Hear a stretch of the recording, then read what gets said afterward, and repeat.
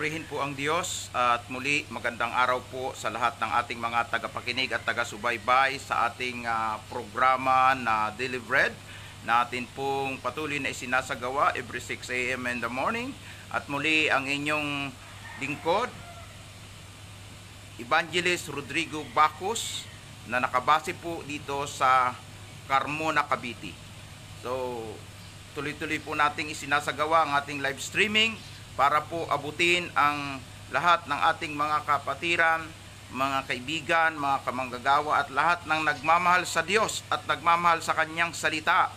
Isang mapagpalang araw po ang pagbati ko sa inyo. Mga kaibigan, mga kamanggagawa ko, mga kapatiran, diyan po sa Amerika, sa San Jose, California, diyan po sa Daly City, sa San Bruno, diyan po sa lugar po ng Sacramento, sa lugar ng Fresno, sa iba pang mga lugar ng Amerika, especially dyan po sa California. Isang mapagpalang araw po ang pagbati ko sa inyong lahat. At sa atin pong mga kapatid at kamanggagawa na nandyan po sa Korea, salamat po sa inyo pong pagsubaybay sa ating isinasagawa na Daily Bread. So, salamat po kay Sister Rowena, sa iba pang mga kapatiran po dyan, at sa mga kapatid na nandyan po sa New Zealand. Isang mapagpalang araw po ang pagbati ko sa inyo. Sa mga kapatiran din po sa lugar po ng Japan. So regular na po na siguro po mayroon na po tayong 4 na tagapakinig. Regular dyan po sa lugar po ng Japan. May sa Ichihara po, may sa Tokyo at sa Kawasaki.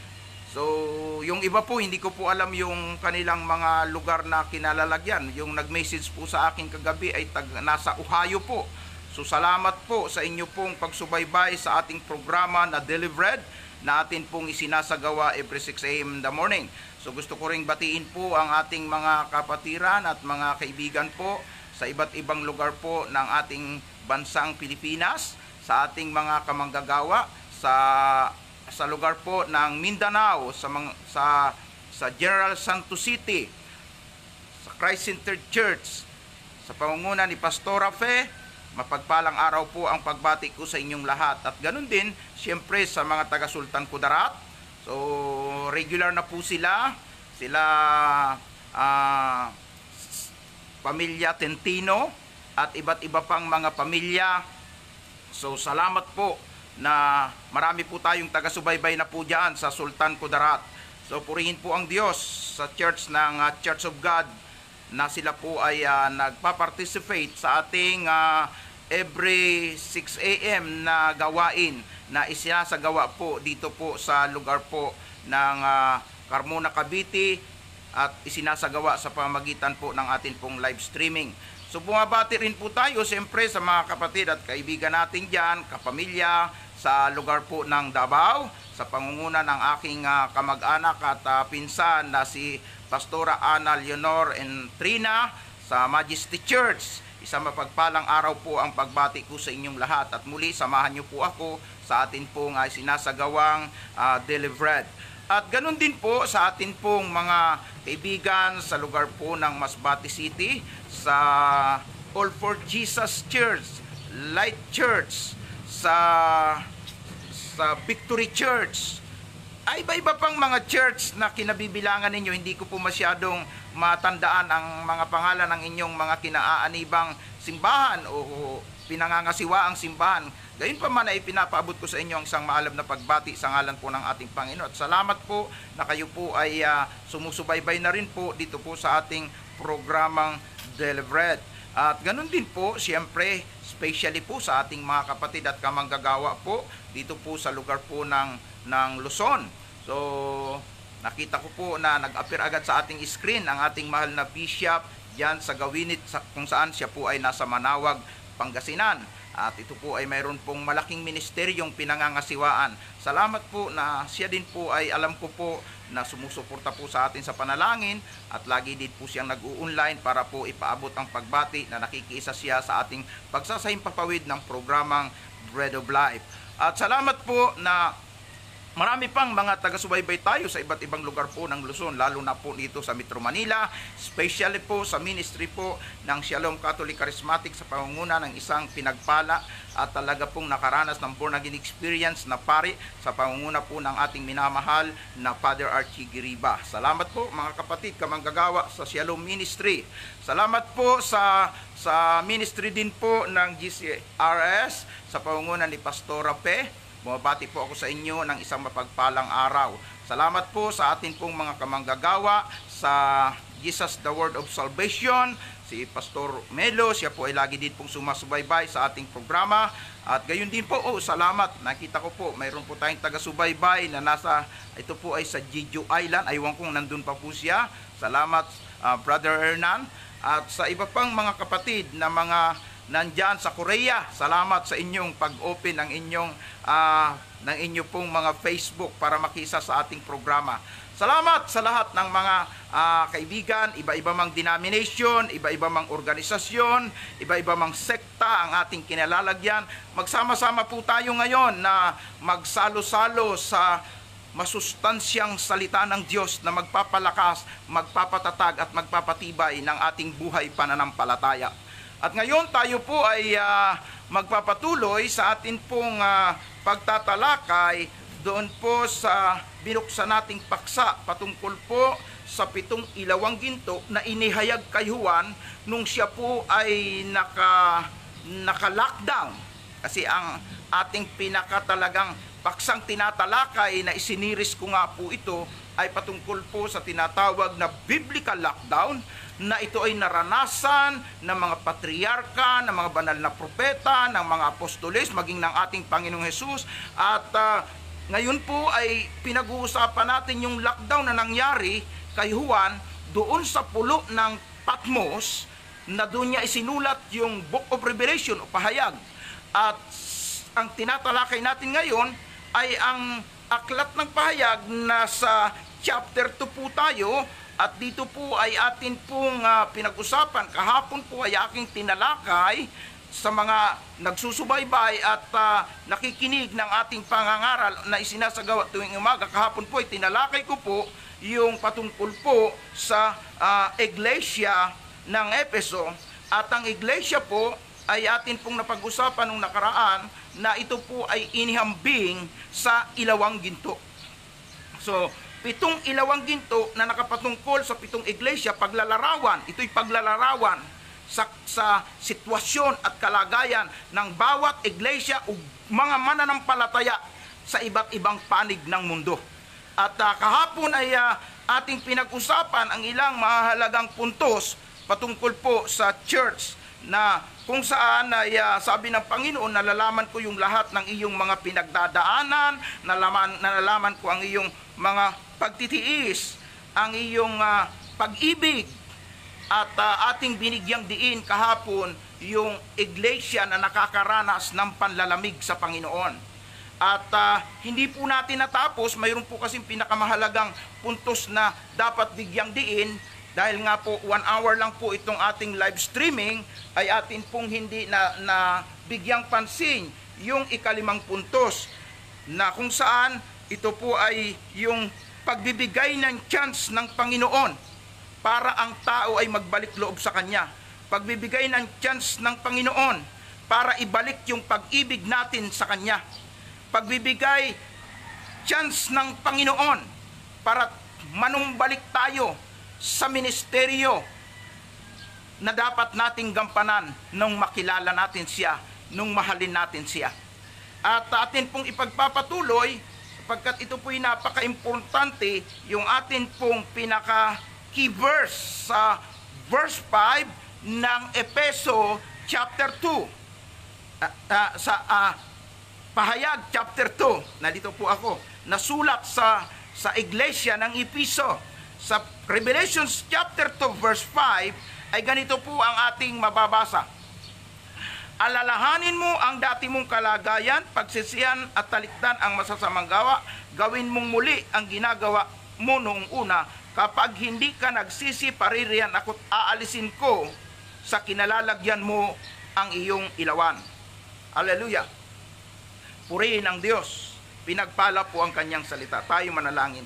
Mahal na Diyos, iyo pong bendisyonan ang bahagi ng kasulatang binasa ng iyong lingkod, at sa bahagi ng kasulatang ito, patuloy kang mangusap, ipahayag po ninyo ang iyong mensahe na siyang magpapalakas ng aming buhay pananampalataya. Hayaan po ninyo, Panginoon, na sa pagsasalo-salo po namin sa iyong salita, ay patuloy na madulutan kami, Panginoon, na inspirasyon, patuloy na mapainit, mapasigla ang aming buhay pananampalataya, at mapanatili namin, Panginoon, ang init at sigla ng aming buhay espiritual. Higit sa lahat, Panginoon, ay mapag-ibayo po namin ang maalab na pag-ibig at pagmamahal namin sa iyo, dahil ikaw, Panginoon, ay tunay na nagmamahal sa amin, at ang pagmamahal mo ay hindi pabago-bago, kundi ito, Panginoon, ay nagpapatuloy habang kami po ay nabubuhay. Nandun ang iyong pagmamahal, at nandun, Panginoon, na ikaw ay laging nagbibigay ng second chance sa lahat ng iyong mga anak, maging sa mga panahon na kami nakakaranas ng mga problema, kalungkutan, pagsubok, panlalamig, ay nandun ka, Panginoon, na hindi mo kami iniiwan, hindi mo kami pinababayaan. Hayaan mo nga, Panginoon, na sa aming pagsasalo-salo sa iyong salita ngayon, ay patuloy na mapalakas kami, mapatatag sa amin pong buhay pananampalataya. Purihin ka, aming Ama, ito po ang aming dalangin sa pangalan ng iyong anak na si Jesus. Amen and amen. Amen. Purihin po ang Diyos. Hallelujah. Glory to God. Yayamang tayo po ay tumatalakay sa 7 iglesia na isinulat po ni Juan dito po sa Aklat ng Pahayag, na ang 7 iglesia na ito ay inilarawan sa pamamagitan ng 7 ilawang ginto. So bago po natin tuloy-tuloy na talakayin ito, ay may mga ilang clarification o paglilinaw po akong gagawin, sapagkat ayaw ko po na tayo po ay tumatalakay ng paksa na hindi po masyadong klaro. Kaya po, gusto ko pong linawin. Bakit po ang iglesia o ang church? Di ba yung iglesia, yung church? Yung church, yung mga mananampalataya, mga believer of Christ, mga taong tinawag ng Panginoon. So, bakit po tayong mga mananampalataya o iglesia ay inihambing o itinulad sa ilawang ginto? Hindi basta ilawan, kundi ang sabi diyan, ilawang ginto. Di ba nasa Revelations chapter 1 verse 20, balikan natin ha. Ito ang kahulugan ng 7 bituin na hawak ko at ng 7 ilawang ginto. Ang 7 bituin, okay, sinabi ko na yan, ay kumakatawan sa 7 angel na itinalaga ng Diyos sa kanyang iglesia. At ang 7 ilawang ginto ay ang 7 iglesia. Ayan, maliwanag po. So, inihambing ang mga mananampalataya, ang church ng Panginoon, sa ilawan. Ilawan, hindi basta ilawan. Ilawang ginto. Kung literal tayong gagawa ng interpretation, magbibigay tayo ng ilang mahalagang katanungan ukol sa bagay na ito. Ano po yung ilawang ginto? Nakakita na po ba kayo? O yung mga nagtatrabaho doon sa mga super yaman na mga amo. Nakakita na ba kayo doon ng ilawang ginto?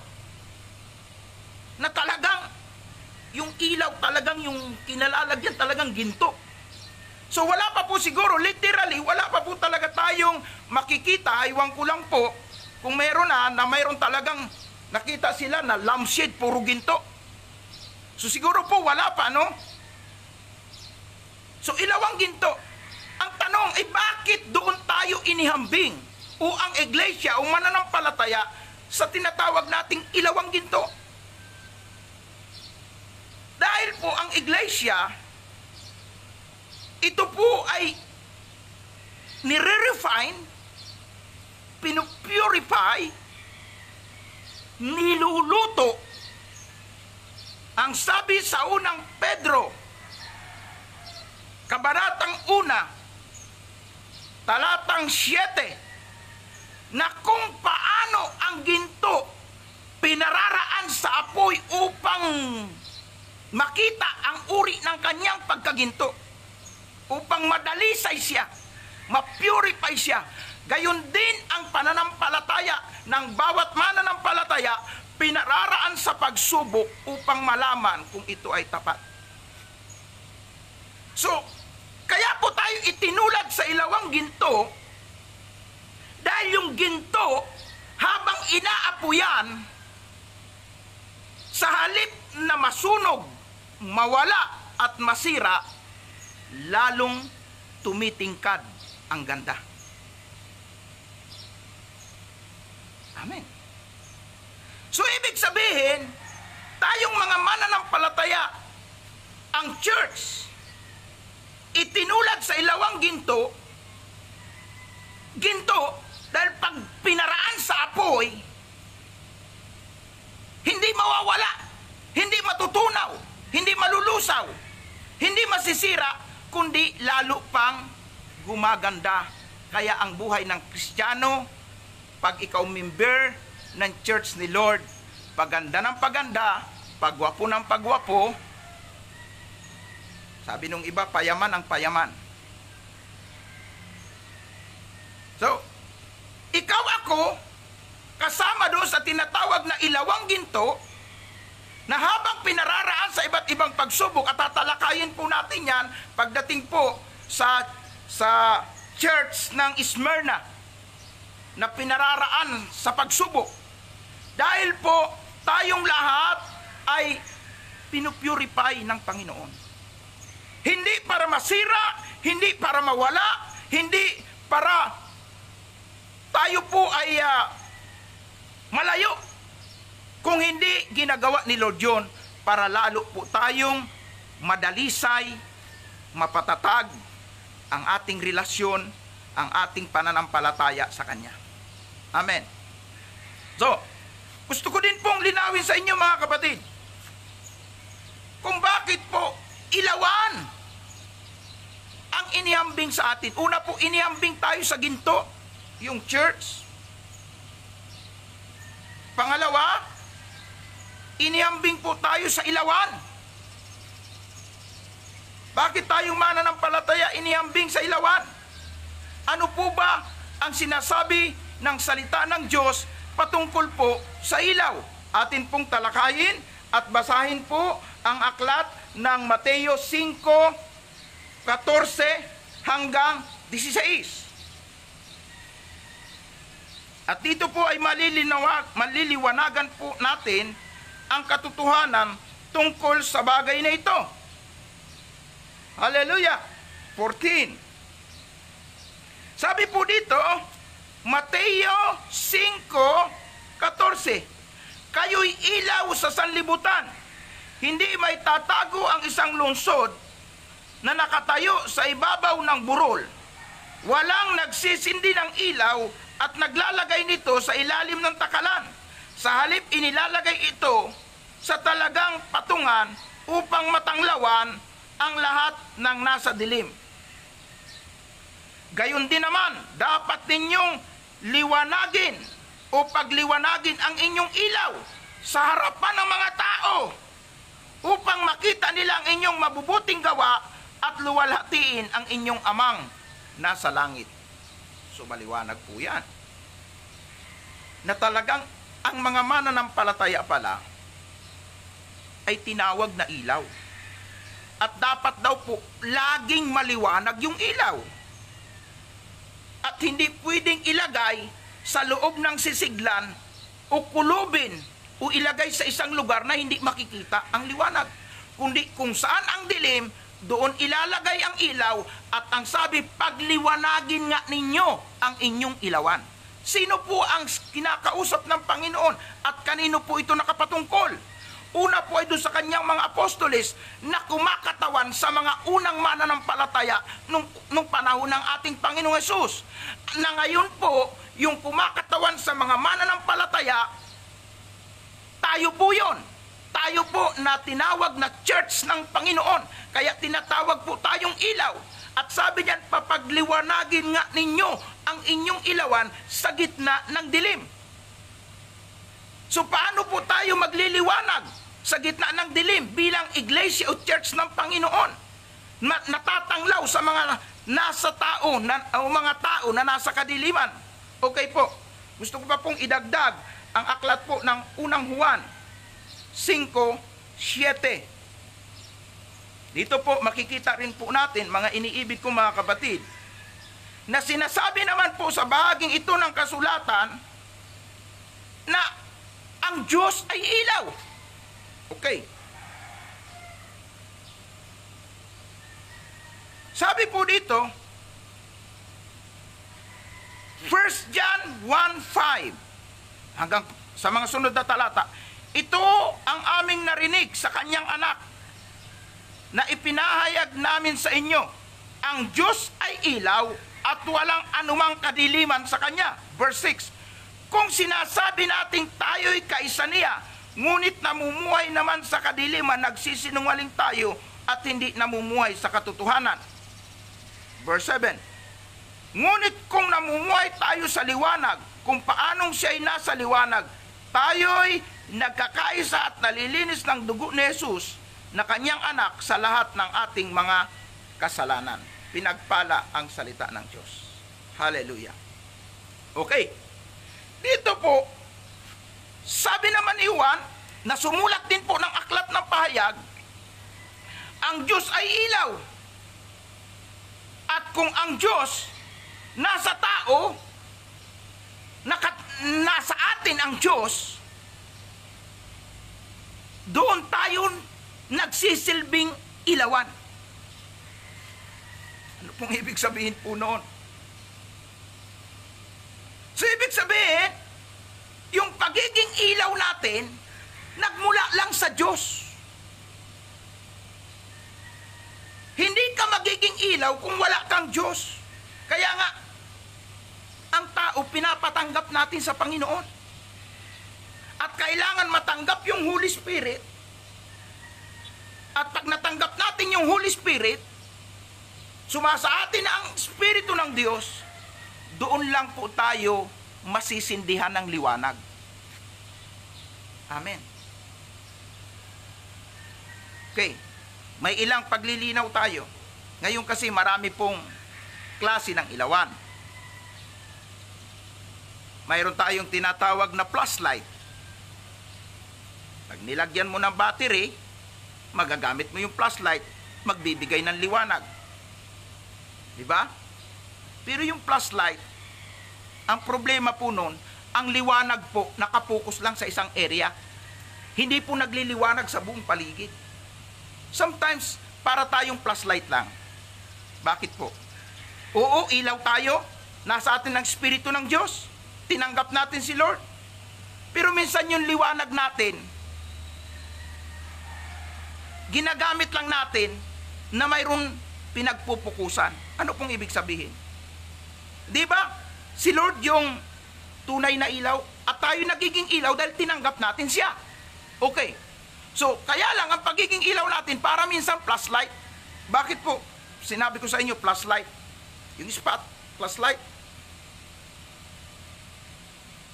Pag iyan ay isinis mo, mayroon lang pong direksyon na pinagpupukusan. Alam mo ba ninyo na may mga Kristiyano po na nagtatangi? Ano pong ibig sabihin nagtatangi? Sabi nila, kung ako'y magmi-ministry, gusto ko. Totoo po yan, nakarinig po ako niyan. Doon lang sa mga may pera, doon lang sa mga mayayaman. Ayaw ko mag-ministry sa mga pobre. Pastor po yan. Bakit, ika? Tatanda ka na lang, ika, dyan. Puro hirap ang aabutin mo. Mag-ministry ka, ika, sa island. Ang tawag doon, ministry to the poor. Kapag ika, nag-ministry ka dyan sa island, kung ano yung buhay ng mga taong nasa island, dyan din ang buhay mo. Pag nag-ministry ka, ika, doon sa mga taga-squatter, wala ka ikang aasahan na uunlad yung buhay mo. Yung mga mahirap yung mga tao doon eh.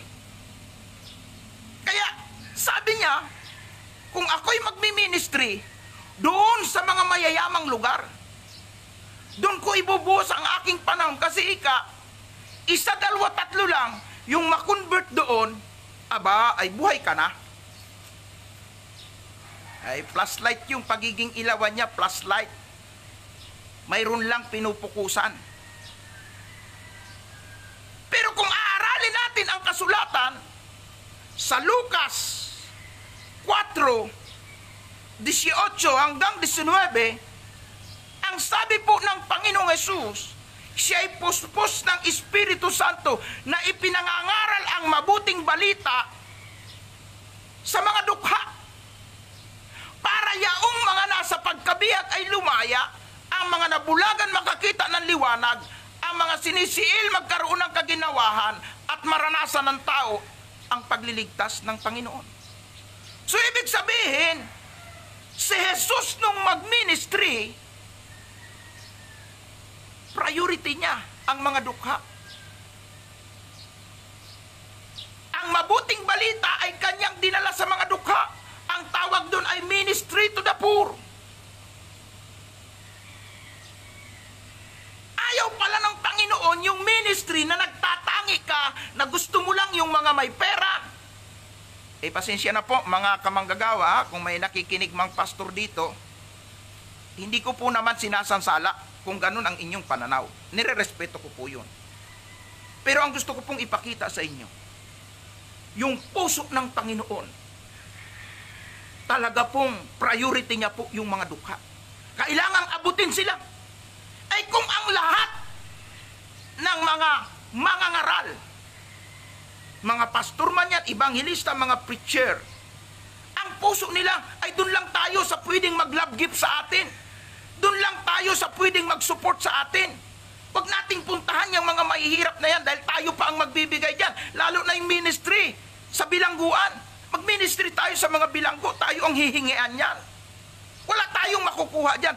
Alam po ba ninyo kung ang kaisipan ng lahat ng tao ay gano'n, na mayroon lang silang pinupukusan na bigyan ng liwanag o ilawan? Ikawawa po yung mga dukha. Sino po ang magbibigay ng buhay sa kanila? Na ang Panginoong Hesus mismo nagsabi, nang siya ay nangangaral, napuspos ng Espiritu Santo, hinirang niya ako upang ipangaral sa mga dukha ang mabuting balita. Priority ni Lord, yung mga abang tao, yung mga wala nang inaasahan, yung mga kawawa, yung mga neglected na sa lipunan, mga hindi pinapansin, kasama na yung mga tao na nandun sa island. Isang araw nangungusap sa aking puso ang Panginoon. At sinasabi na, balikan po yung mga tao doon sa island, doon po sa Bicol. At kailangan nilang dalhan ng mabuting balita dahil may mga tao po na hindi na po nakakarinig ng salita ng Diyos. Nangangailangan din sila ng kaligtasan. Sino yung gagamitin ng Diyos? Doon sa mga mahihirap na tao, sa mga abang tao. Wala na nga silang yaman. Hirap na nga ang buhay nila. Kung hindi pa nila matanggap si Lord, hindi pa sila makakilala kay Lord, kawawa naman ang buhay nila. Naghirap na sila sa buhay na ito. Pag namatay sila, sa impyerno pa pupunta. Dubli-dubling hirap. Di bali na pong maimpyerno. Ayaw ko naman po yun at hindi ko naman hinihingi. Pero ang Biblia mismo nagsasabi, ang hirap pumasok sa kaharian ng Diyos ng taong mayaman. Amen. Pasensya na po. Kasi po ang hirap po minsan i-evangelize. At pag nakakilala po, kung minsan po ay hindi po talaga 100% ang commitment. Dahil hindi kayang maglingkod ng tao sa dalawang Panginoon, sa kayamanan ng mundong ito at sa totoong Diyos. Iniibig ko mga kapatid, huwag tayong maging flashlight. Kung may liwanag ka na nasa iyo, ilabas mo yan. At huwag kang mamili. Kaya nga nang si Jesus ay magkwento tungkol sa parable, sa paghahasik ng mabuting binhi. Di ba? May batuhan, may tabi ng daan, may dawagan, may damuhan, may mabuting lupa. Ano po ang ibig sabihin po nun? Sapagkat yung pong binanggit ng hinasikan ng binhi, ay kumakatawan po ito sa mga tao na dinadalhan ang salita ng Diyos. Pag sinabi pong mabato, mga taong matitigas ang puso. Pag sinabi pong madamo, mga tao na iyan po ay bising-busy sa mga bagay ng mundong ito. Pag sinabi pong tabi ng daan, matigas po ang lupa, mahirap taniman. Pero bakit kailangan lagyan ng binhi? Hindi niya sinabing maghasik lang kayo, doon lang sa mabuting lupa, doon lang ninyo ilagay ang binhi. Bakit? Mayroong sa tabi ng daan, mayroong sa batuhan, mayroong sa damuhan. pong sabihin ito, huwag kayong magtangi ng tao. Masama, mabuti, bato ang puso. May damonyo sa buhay. Puro damo ang buhay. Dalhan ang salita ng Diyos. Sapagkat ang ilaw ay dapat dalhin doon sa dilim. Ay alam mo palang nasa iyo ang liwanag. Alam mo palang nasa iyo si Kristo. Alam mo palang nasa iyo ang Diyos. At ikaw ay nasa Diyos. At ikaw ay ilaw sa sanlibutan. Sabi po diyan kayo ilaw ng sanlibutan. Kailangan ka ng taong nasa dilim. Kalungkot pong isipin. May mga tao pong napakakritikal ng espiritu, ng kaisipan, ang tatalino, ang daming alam sa Biblia. From Genesis to Revelation, kabisado, magaling siya sa homiletics, magaling siya sa hermeneutics. Pero ang problema, ang pagiging ilaw niya, plus light. Plus light. At pag plus light, ang ilaw, minsan siya mismo na may hawak ng ilaw, walang liwanag. Tama ba? Di ba yung may hawak ng flashlight? Siya na may hawak, walang liwanag. Hallelujah. Sige nga, mag-isip-isip kayo. Mismo ang Panginoon nagsabi, huwag kayong magtatangi ng tao. So, ibig sabihin, ang liwanag, mas kailangang dalhin sa mga talagang nasa kadiliman. Huwag tayong magtangi. Lahat sila kailangan ng kaligtasan. Mahirap, mayaman. Pag ministeryohan natin sila. Ilaw tayo, iilaw. Mayroon naman pong ilawan. Para ding flashlight. Ang tawag po sa amin ito ay yung lampara. Dalawa po yan. Yung nilalagyan ng gaas. Yung nilalagyan po ng kalburo. Ayaw kung alam ninyo yung kalburo. Ialagay po sa lampara. Ginagamit po yun minsan ng mga nag-iilaw sa dagat. Iyon po, nagbibigay ng liwanag pero mayroong mabaho sa loob. Mabaho po yung kalburo eh. At yung lampara naman po, yung nilalagyan ng kerosene, nagbibigay po yun ng liwanag pero yung lumalabas po doon, maitim na usok. At ang liwanag po noon, hindi po masyadong maliwanag. Minsan, ganyan po. Yung mga taong tumanggap sa Panginoon, nasa Panginoon, may espiritu ng Panginoon, pero ang problema, mayroon pa pong kabulukan sa loob nila. Yung lumalabas ang usok nila, parang usok ng lampara. Maitim. Masama pa magsalita. Hindi mo pa talaga makita yung totoong liwanag. Kaya po ang maganda pong ilawan, maganda po talagang ilawan, yun pong galing sa electricity. At yan ang ginagamit ng marami sa atin. Diba? Yung galing sa electricity. Pero hindi po yan magliliwanag. Mga kapatid, hindi po yan magliliwanag pag hindi po yan nakakunik doon sa planta ng kuryente. Pag putol po ang koneksyon yan, pag naka-off ang koneksyon yan, pag nakat ang linya niyan, kahit ano pa pong kalikot ang gawin natin, off on natin, hindi po magliliwanag. Bakit? Cut off po yung linya. So magliliwanag lang po yung ilawan nakakunik sa electricity kung maayos po ang linya. Alam po ba ninyo, dahil sinabi dito ang Diyos ay ilaw at sa Kanya'y walang anumang kadiliman, at ang tinitirahan ng Diyos kailanman ay hindi nalalakad sa dilim. Oh, ano pong ibig sabihin niya? Kung meron pong tinatawag na National Power Corporation, na yung National Power Corporation, doon nagmumula ang kuryente na dumadaloy para po magbigay ng liwanag sa bawat ilawan.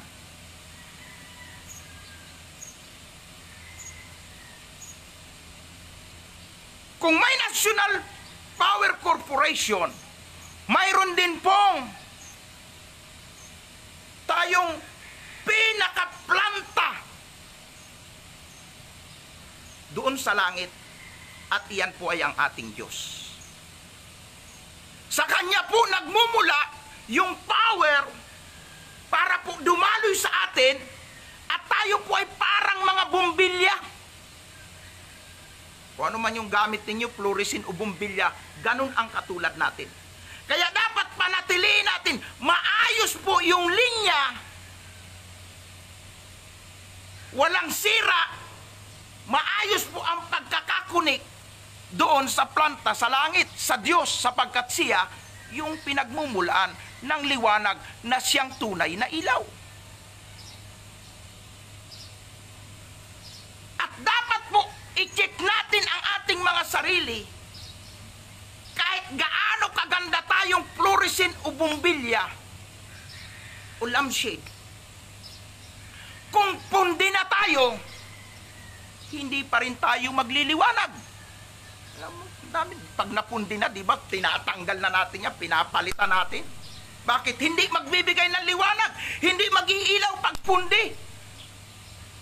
O kaya yung mga Kristiyano, oo, kabilang sa church, may pananampalataya sa Diyos, alam ang Diyos, alam ang aral ng Diyos, baka nasa church pa yan. Pero ang problema, bumbilya siya, kaya lang pundi. Pundido na. Kaya hindi na makita yung liwanag. Sabi nung iba nakakapundi kasi ika itong mga kasama ko sa bahay Nakakapundi kasi ika itong katransaksyon ko Nakakapundi kasi ika itong mga problema ko Nakakapundi na kasi ika itong sakit kong ito Ibig sabihin nakakapundi. Pundido na. Wala na. Sira na. Nasisira na yung buhay niya. Dahil nakatingin siya sa problema, nakatingin siya sa sakit niya, nakatingin siya sa maraming alalahanin sa mundo, kaya hindi na magliwanag, hindi na makadaloy yung liwanag na galing sa Diyos. Kaibigan kapatid, i-check mo ang iyong ilawan. Ikaw ba ay pundido na? O ikaw ay isang ilawang kukuti-kutitap? O baka ikaw ay isang ilawan pero flashlight ka? O baka ikaw ay isang ilawan na gasera lang? Dapat ikaw ay isang ilawan na nakakunik doon sa power, pinagmumula ng power, pinakama-power, walang iba kung hindi ang Panginoon. Pinakamahirap po yung makat ang linya mo. Kahit pa ikaw ay isang magandang klase ng kagamitan, pagkat ang linya mo, siga, aircon, refrigerator, malakas na bumbilya, pag kinat ang linya mo, brown out na, maging brown out na ang buhay mo, di ka na magagamit. Kaya yung mga tao na nakakilala sa Panginoon, na nampalataya sa Panginoon, pero hindi nagagamit, chikin nyo, sira ang linya niyan. Baka nakat off na yan. Di ba yun ang pinag-iingatan natin? Na wag maputol yung ating mga linya sa National Power Corporation para tuloy-tuloy na may supply ng kuryente at para hindi madilim ang bahay natin. Di ba yun ang sinisikap natin? Lahat nga ginagawa natin Pag dumating na kahit malaki yung bill, gagawa tayo ng paraan para tayo makapagbayad ng bill. Bakit ayaw nating maputol yung koneksyon ng kuryente? Ayaw nating makat off doon sa National Power Corporation para tuloy-tuloy yung liwanag dumaloy sa atin. Ganyan din po ang ating buhay pananampalataya.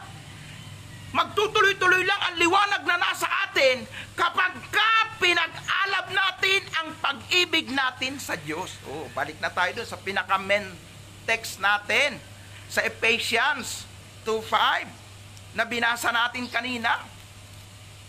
nang sabi ng Panginoon, gawin niyo uli ang inyong ginagawa nung una.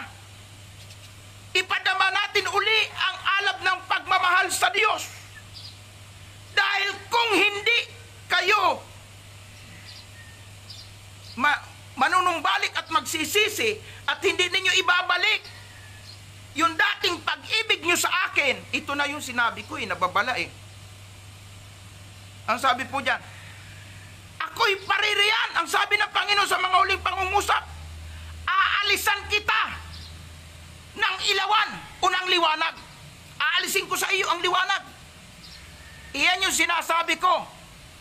Para kang isang ilawan na magba-brown out.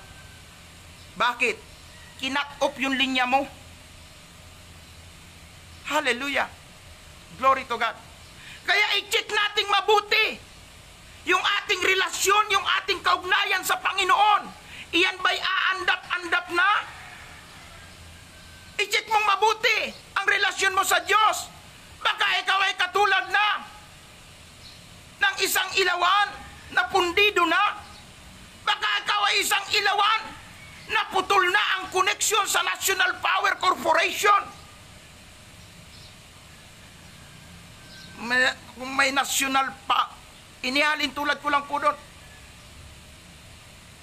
Cut off ka na. Kaya brown out na. Kaya ang dami mga Kristiyano ngayon, brown out ang buhay. Bakit? Hindi chinik yung kanilang sarili.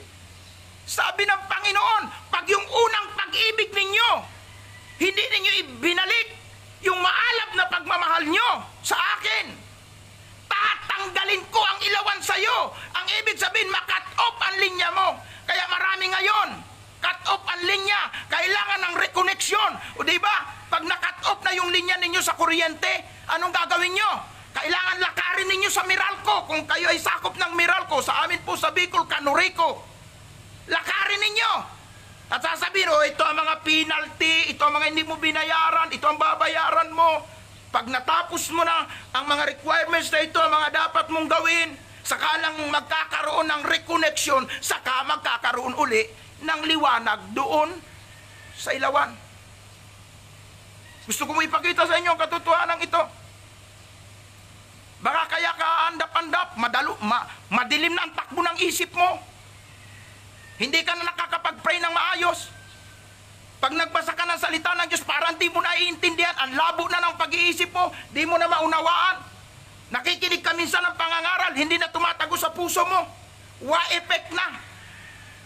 I-check mo ang iyong sarili. Baka ikaw ay pundido na. Napundi ka na sa mga problema. Napundi ka na sa pag-isip sa mga bagay ng mundong ito. Napundi ka na dahil sa iyong mga kasalanan. Wala nang liwanag na makita sa iyo. Nakakatakot yan kapag inalisan ka ng ilawan. Pero ito ang mabuting balita, mga kapatid. Ang Panginoon ay laging nagbibigay ng second chance sa bawat tao. Maging anuman ang kalagayan mo sa buhay, gaano man kabigat ng iyong mga kasalanan, gaano man ang kadiliman na tinatahak mo, nararanasan mo, gaano man ang kaguluhan sa buhay mo, ang Diyos ay laging nagbibigay ng second chance na sinasabi niya sa kanyang salita, manumbalik kayo sa akin, ibalik nyo ang pagmamahal nyo sa akin. Pinagdidiinan ko ito ng husto. Bakit? Nakakaiyak kong isipin. Hindi ko po alam bakit po ako naiiyak. Kasi po ang dami po talagang mga Kristiyano. Wala na yung kanilang pag-ibig sa Panginoon. Wala na yung totoong pagmamahal nila. Sana po napunta ang kanilang pagmamahal. Naagaw na po ng maraming mga intindihin sa buhay na ito.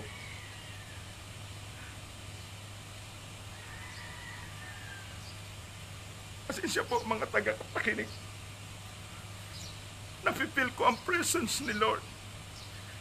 Habang kina-challenge ko kayo, naiiyak po ako. Naiiyak po talaga ako. Ito po ay luha ng pagkadama ng burden, ng compassion sa mga tao na nagumuna sa maraming mga bagay ng kamunduang ito. Kayang magbabad at maglaan ng mahabang oras sa kanilang mga telebisyon, sa kanilang mga computer, sa iba't ibang mga game. Ang dami po ngayong nakakaloko po ng mga games. Sa internet, sa cellphone. Pero ang ipinagdaramdam ng Panginoon, inuulit ko, ang ipinagdaramdam ng Panginoon, hindi nila kayang maglaan ng time para manalangin at kausapin si Lord. Hindi nila kaya maglaan ng time para magbasa ng kanyang salita. Hindi nila kayang maglaan ng kanilang mga pera, ng kanilang mga resources para suportahan ang gawain ng Panginoon. Pero pagdating sa mga kapritsyo, mga bagay ng mundong ito, todo gasto sila sa mga party, mga birthdayhan, mga outing, mga pagpapasarap sa buhay na ito. Bigay todo sila. Gastos dito, gastos doon. Pero pagdating sa gawain ng Panginoon, nakakalungkot. Nakakalungkot talaga. Hindi nila kayang gumastos ng tudo-tudo para sa ministry. Hindi nila kayang mag-support sa mga ginagamit ng Panginoon. Pagkatapos gusto nila pag namatay sila, doon sila tumira sa langit, sa tirahan ng Diyos. Gusto nila pagdating ni Lord Jesus, kasama silang sa malubong at magmana ng langit, manirahan sa bayan ng Diyos, sa tahanang inihanda ng Diyos sa langit. Pero wala silang totoong pagmamahal sa Diyos. Nung nabubuhay sila sa mundo, mas mahal nila ang mga gadget, mas mahal nila ang maraming mga kalayawan, mas mahal nila ang kanilang mga sarili. Sabi ng Panginoon, dito sa binabasa natin, Revelations chapter 2, verse 5, ang ipinagdaramdam ko,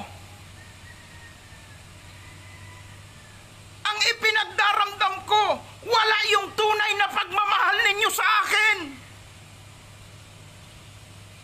Wala yung tunay na pagmamahal ninyo sa akin. Nasaan ang pagmamahal ng maraming tao? Nandun sa mga binanggit ko, sa mga bagay sa kasalukuyan, mga bagay na material, mga bagay na naluluma, mga bagay na nasisira. Pero pagdating sa mga bagay na eternal, nakakalungkot.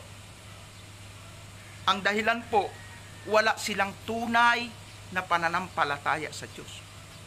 Kaya kung sila man ay ilawang pundido, ilawang cut-off ang linya, kaya hindi makita ang liwanag ng Ebanghelyo ni Kristo sa kanya, hindi makita ang katotohanan ng salita ng Diyos sa kanya. Bakit po? Dapat po makita sa atin yung katotohanan ng salita ng Diyos. Ano po yun? Awit o Psalms chapter 119 verse 105. Ang salita ng Diyos ay tanglaw sa landas na ating nilalakaran. So ibig sabihin, pag ang tao babad sa salita ng Diyos, nagbabasa ng salita ng Diyos, nag-aaral ng salita ng Diyos, binabasa ang mga sulat ng mga banal na propeta, sulat ng mga apostoles, kapag ito'y lagi niyang binabasa, ang liwanag nagpapatuloy sa kanya.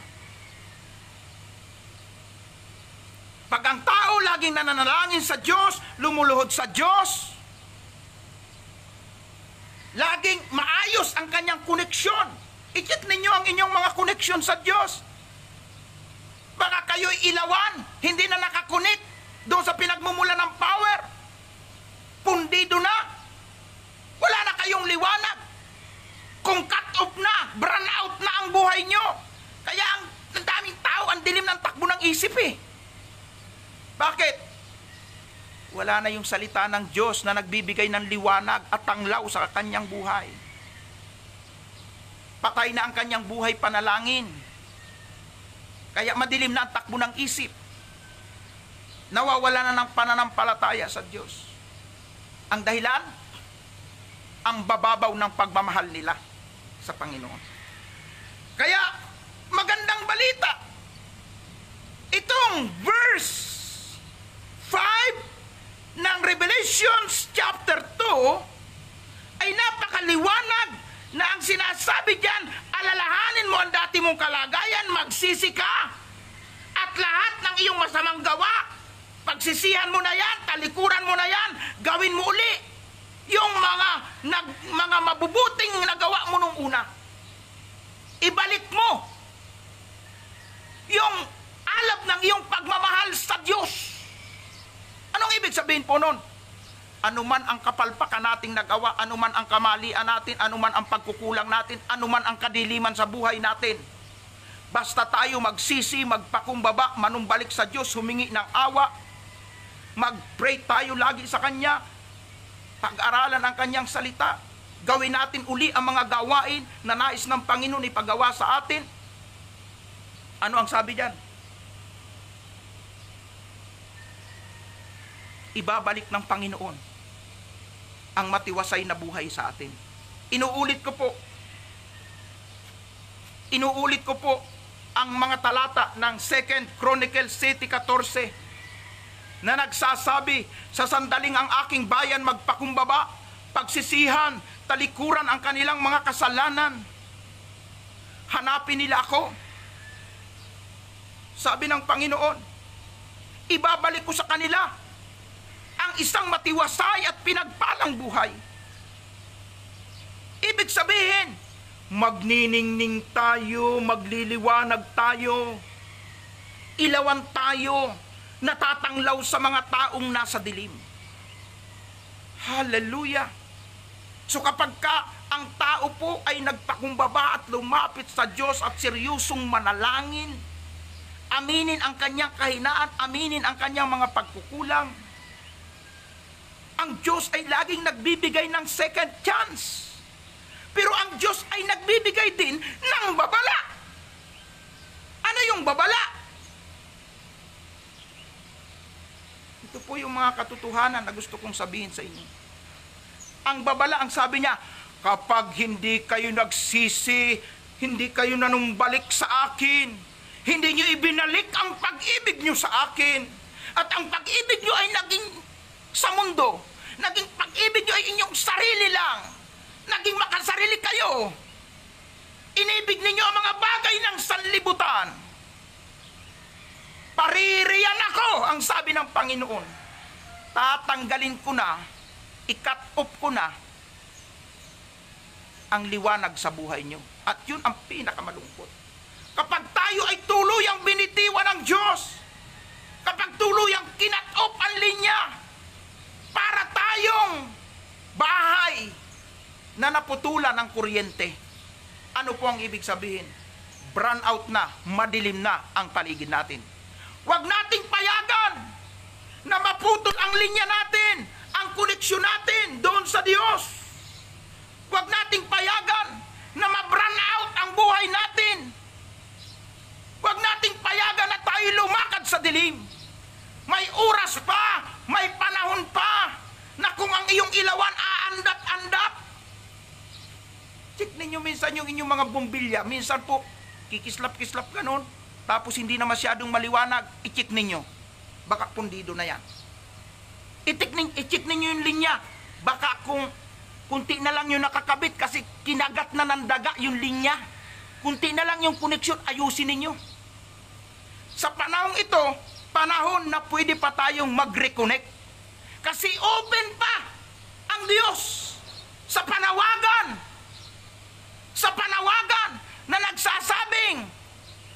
manumbalik kayo sa akin.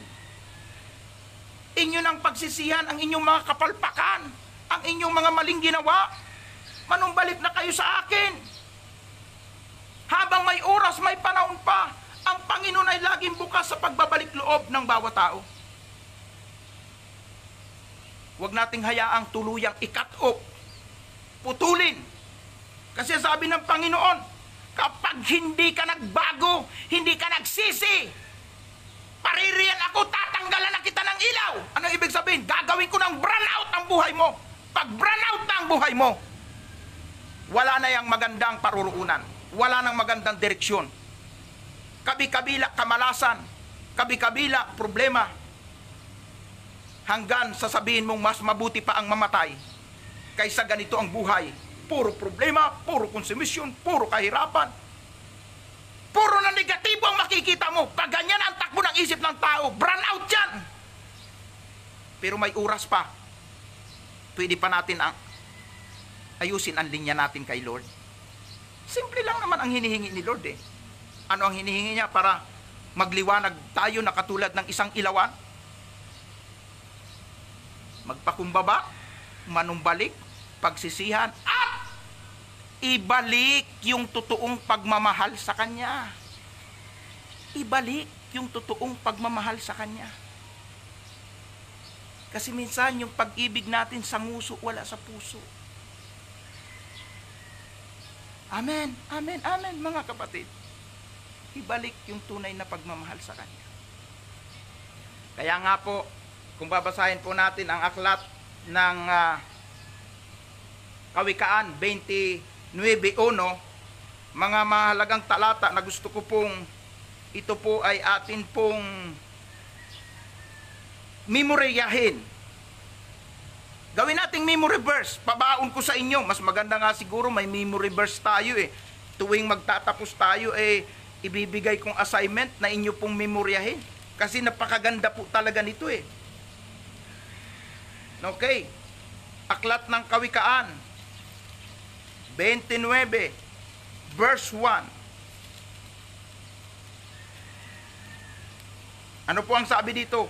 Ang taong ayaw magbago ay hindi maliligtas, at ang hindi makinig ng payo ay mapapahamak.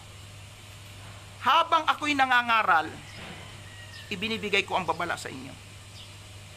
Pag hindi tayo nagseryosong magbalik loob sa Diyos, hindi pinagsisihan ang ating mga kasalanan, hindi natin ibinalik ang alab ng pagmamahal sa Diyos,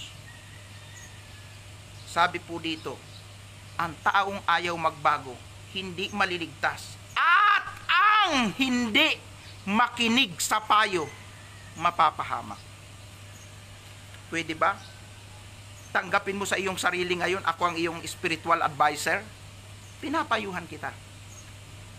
Ibalik mo ang totoong pagmamahal sa Diyos. Pasiglahin mo ang iyong buhay pananampalataya. Papagliwanagin mo ang ilawang nasa iyo. Kailangan ka ng mga taong nasa dilim. Kailangan ka ng mga tao na nangangailangan ng kaligtasan sapagkat ikaw ay naligtas. Kailangan ka sa iglesia ng Panginoon, sa church ng Panginoon. Pasiglahin mo ang iyong buhay pananampalataya, ang iyong relasyon sa Diyos. Sabi po ng Isaiah, aklat po ng Isaiah, mga iniibig ko mga kapatid, gusto ko pong tayo po ay magkaroon ng seryoso na pakikipagrelasyon sa Diyos. 55, mga huling verse na gusto kong gawing memory verse ninyo ngayong umaga. 55 verse 6.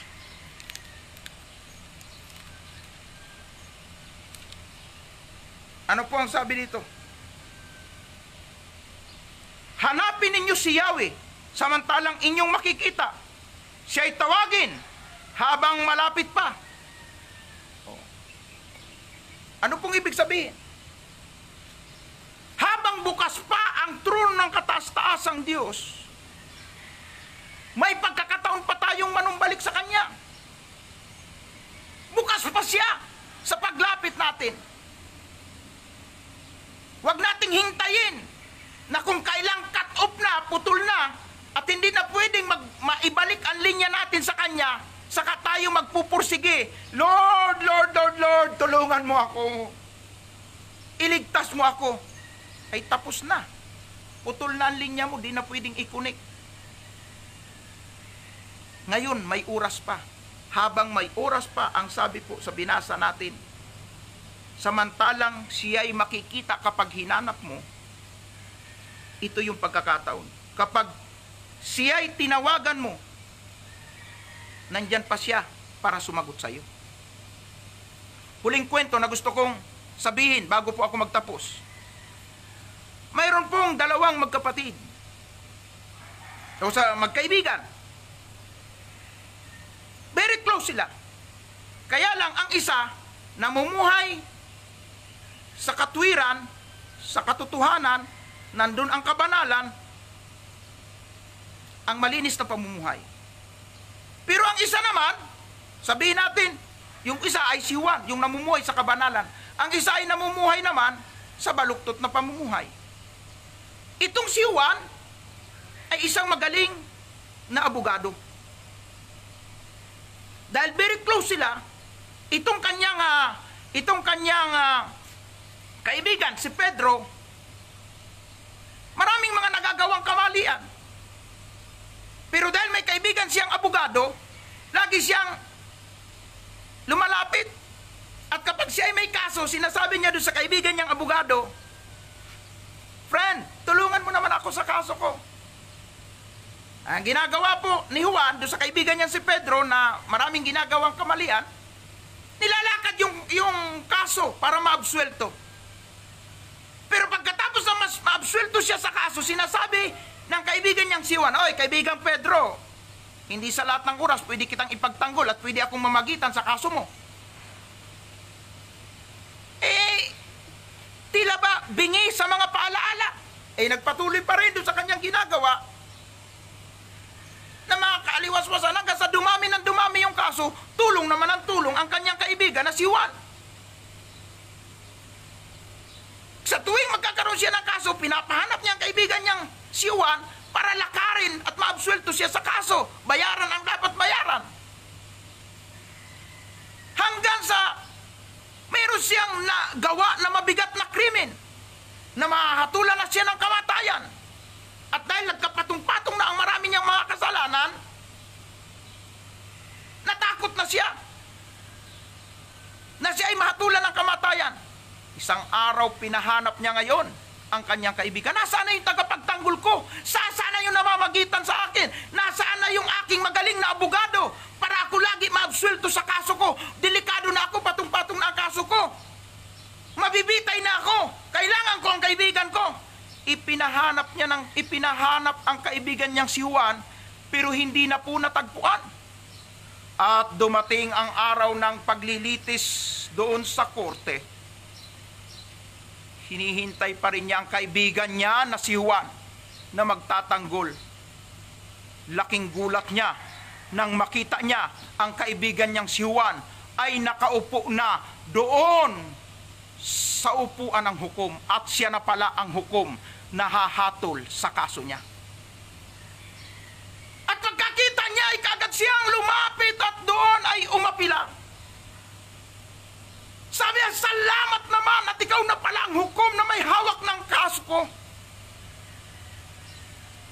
Maabsuelto ako dahil ikaw yung kaibigan at abogadong tagapagtanggol ko sa lahat ng kaso ko. Pero hindi na sumagot sa kanya. At inorder ng naturang hukom na kaibigan niyang si Juan na dati niyang tagapagtanggol. Simulan ang pagbasa sa lahat ng kaso ni Pedro. Sinimulan ang paglilitis. Napatunayan patong-patong na ang kanyang mga kaso at atraso. At pagkatapos ng mga paglilitis na ito, walang duda na patunayan siya sa maraming pagkakasala at pagsuway.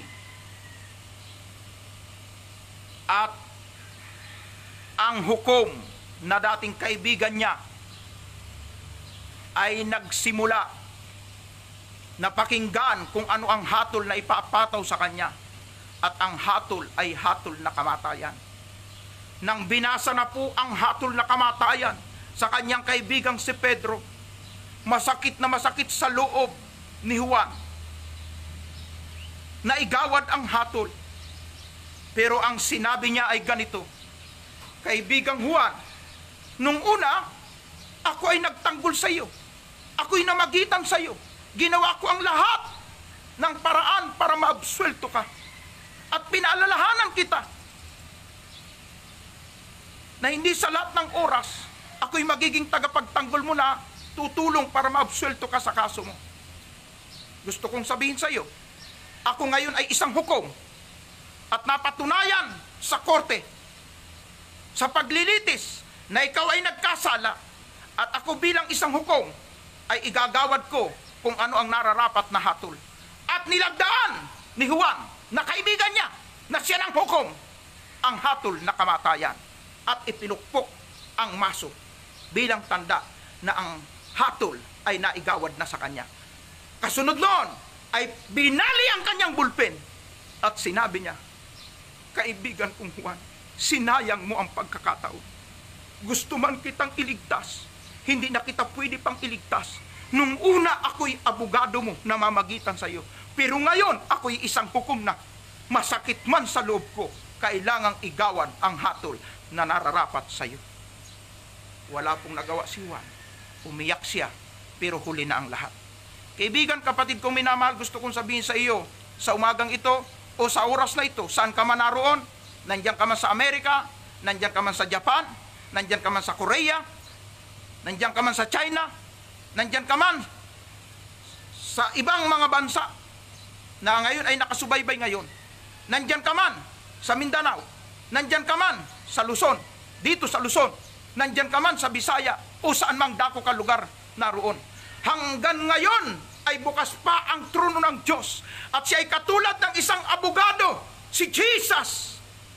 Ang sabi po ng 1 John chapter 2 verse 1, si Jesus ay tagapagmagitan natin sa Ama. Nandun pa siya para mamagitan, para maabsulto ka at mapatawad sa iyong mga kasalanan. Sapagkat siya ay isa pang tagapamagitan.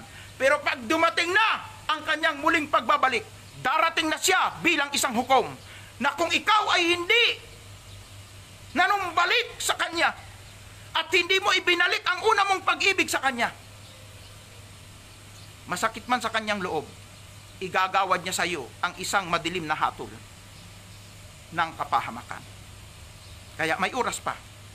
Lumapit tayo sa trono ng mahabaging Diyos sapagkat siya ay laging bukas sa pagbabalik loob ng bawat isa sa atin. Hindi naman tayo pwedeng magmalaki. Lahat tayo may kahinaan, lahat tayo may pagkukulang, lahat tayo may kasalanan. Pero ang gusto ng Panginoon, magpakumbaba tayo at aminin natin ang lahat ng ating pagkukulang. Walang kasalanan na hindi kayang ipagpatawad ng Diyos kung seryoso natin itong kikilalanin at katulad ng sinabi, pagsisihan natin ito at ibabalik ng Diyos ang matiwasay at maayos na buhay sa atin. Tayo pong lahat ay yumukod at manalangin. Sa lahat ng mga gusto pong makiisa sa panalangin ng pagsisisi at pangungumpisal, sumabay po kayo. Panginoon naming Diyos, narito po kami lumalapit sa iyong harapan. Kinikilala po namin na kami po ay isang makasalanan. Inaamin po namin ang aming mga kahinaan, kamalian, inisip namin, sinalita namin, ginawa namin, sa lihiman at sa hayag. Patawarin mo kami, Panginoon. Salamat, Panginoon, sa mensahe na nagsasabing ikaw ay nariyan, Jesus, para laging mamagitan sa amin na katulad ng isang magaling na abogado para kami maabsuelto, mapawalang sala sa aming mga kasalanan. Salamat, Panginoon, sa biyaya ng kaligtasan na lagi mong inaalok sa mga nagbabalik loob sa iyo. Salamat, Panginoon, sa second chance na lagi mong ibinibigay habang kami ay nabubuhay at hindi pa nagaganap ang muli mong pagbabalik at hindi ka pa bumabalik bilang isang hukom. Salamat, Panginoon, na may chance kami na iayos, ituwid ang aming mga baluktot at maling kaisipan at mali naming naging pamumuhay. Salamat, Panginoon, sa masaganang grasya ng pagpapatawad mo sa aming mga kasalanan. Sa oras na ito, Panginoon, muli inaayos namin, Panginoon, ang mga sira naming relasyon sa iyo. Kung dumating man, Panginoon, na para kaming ilawan, nakukuti-kutitap, na para kaming bumbilya na naputol ang koneksyon at wala nang nakikitang liwanag, at kung katulad kami ng isang ilawan na para kaming flashlight na hindi nagbibigay ng liwanag sa magkabi-kabilang direksyon, Lord, patawarin mo kami sa bawat mga kasalanan na isip namin, sinalita namin, ginawa. Sa lahat ng aming pagkukulang, kami po ay nagpapakumbaba na nagsisisi. Patawarin mo kami, Panginoon, nanumbalik kami sa iyo. Tanggapin mo kami, Panginoon. Nanampalataya kami sa kamatayan ni Jesus dun sa krus, na dahil sa kamatayan at pagbuhos ng kanyang mahal na dugo, kami ay napatawad at nalinis na sa lahat ng aming karumihan. At sinabi mo sa iyong salita, mapalad ang mga taong pinatawad na ang kanilang kasalanan, sapagkat ito'y hindi na aalalahaning muli. Salamat sa iyong masaganang grasya. Purihin ka, ito po ang aming dalangin sa pangalan po ni Jesus. Amen and amen. At para po sa lahat ng ating mga tagapakinig na mayroon pong mga prayer requests, sakit, karamdaman, ito po ay para man sa inyong mga problema na dinadala, na sa tingin nyo ang hirap magawa ng solusyon, pero sa Diyos walang problema na hindi masusolusyonan. Anumang mga kabigatan ang inyong binabalikat ngayon, lalo na sa panahon ng lockdown, at kayo punong-puno ng pagkabalisa at pag-alala, at tila ba ang inyong isipan ay nadidimla na, di na ninyo alam ang inyong gagawin. At yung iba'y nakakaisip na ng mga hindi maganda o mga masamang bagay. Kaibigan, ang liwanag ng salita ng Diyos ay tumatanglaw sa iyo upang sabihin sa iyo, habang tayo nabubuhay ay may pag-asa. Ang kailangan lang, manampalataya tayo sa ating Panginoon. Amen? So, kung mayroon kang prayer request ngayon, sabihin mo sa loob ng ilang sandali at ako po'y mananalangin, magkaisa po tayo, lumapit sa trono ng mahabaging Diyos. Hallelujah. Glory to Christ Jesus. Hallelujah. Yes, Lord, narinig mo, Panginoon, ang mga prayer request, ang mga pangailangan at karaingan ng aking mga tagapakinig sa programang ito ng Bread of Life. At ako po'y nanalangin na iunat mo ang iyong mapagpalang kamay at iyo pong palawigin ang extension ng grasya mo sa aming buhay. Iyo pong katagpuin ang aking mga kapatid, especially sila, Panginoon, nakisa sa panalangin ng pagsisisi at pagbabalik loob sa iyo. Sila na totoong nagpapakumbaba at ngayon ay humihingi ng iyong awa at kalinga. Extend your grace, O Lord. Extend your hands, O Lord. Abutin mo at katagpuin ang buhay ng bawat isa. At ang problema at pangailangan na inilalapit nila sa iyo, Panginoon, ay iyo pong gawa ng solusyon. Ang ilan, Panginoon, ay may prayer request na makapanumbalik na sa kanilang mga trabaho, na maayos na po ang, matapos na ang lockdown na ito, matapos na po ang paglaganap ng coronavirus, hindi lang dito sa aming bansa, kundi sa iba't ibang bansa. Lord, ang dilubyo at kalamidad na ito na dumating sa buhay ng maraming mga tao, lahat po ito inilalapit namin sa iyo, nawa, Panginoon, sa iyong biyaya at habag ay matapos na po ito at mabigyan na ng pagkakataon ng mga tao na makamove on at makapamuhay ng normal.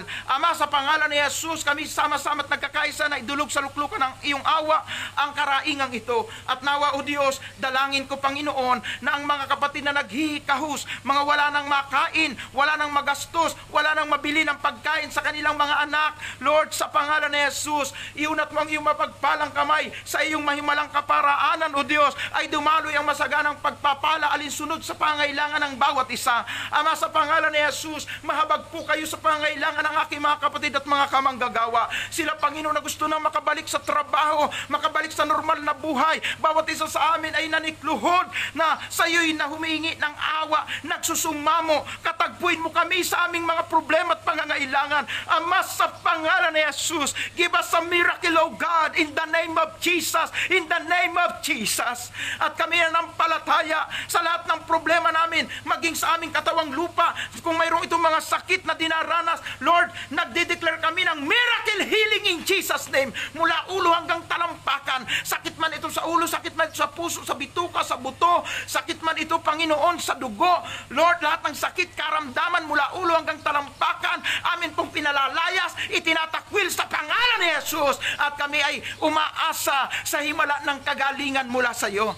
At gayon din, Panginoon, umaasa rin po kami sa mga probisyon at pagtugon mo sa lahat ng aming mga pangangailangan. Salamat din, Panginoon, sapagkat pinapatunayan mo na ikaw na Diyos na may likha ng langit at lupa ay totoong Diyos na mapagmahal at lagi kang naghihintay, lagi kang nagbibigay ng pangalawang pagkakataon sa lahat ng iyong mga anak na manumbalik sa iyo. Salamat, Ama, sa iyo pong bukas na mga kamay na laging handang tumanggap sa amin. At salamat po sa mga taong pinatawad mo. Salamat, Panginoon, sa mga kasalanang pinatawad mo sa buhay ng bawat isa sa amin. Salamat po, Panginoon, sa ginawa mong reconnection sa naputol na linya. Salamat, Panginoon, na ang ilawan namin ay inayos mo at ngayon katulad kami ng isang ilawan na magbibigay ng matinding liwanag, ng liwanag na liwanag sa mga taong nasa kadiliman. Salamat po aming Diyos, sa iyo po ang pinakamataas na karangal at kapurihan, ngayon at magpakailanman, sa pangalan ng Jesucristong Panginoon, aming tagapagligtas,